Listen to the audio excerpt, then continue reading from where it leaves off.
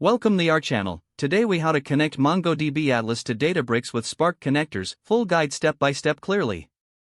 To connect MongoDB Atlas to Databricks with Spark connectors, start by logging into your MongoDB Atlas account.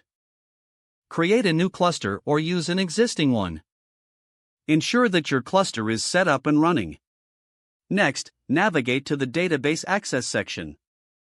Create a new database user with read and write access. Make sure to whitelist your Databricks IP address in the network access settings.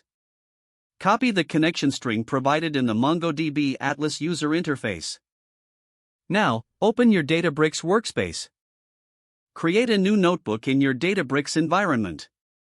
In your Databricks notebook, import the necessary Spark libraries for MongoDB. You can do this by using the command to install the MongoDB Spark connector. After installation, configure your Spark session with the MongoDB connection string. Set the MongoDB Atlas URI to connect to your cluster. It's essential to include any authentication details in the connection string. Use the spark.read.format method to read data from MongoDB. Specify the collection name you want to access. If necessary, filter or transform the data as per your requirements. After retrieving the data, you can perform various operations using Spark's processing capabilities. To write data back to MongoDB, use the spark.write.format method. Again, specify the target collection for writing. Make sure to handle any exceptions that may occur during the read and write operations. Finally, once your operations are complete, you may choose to clean up the resources in Databricks.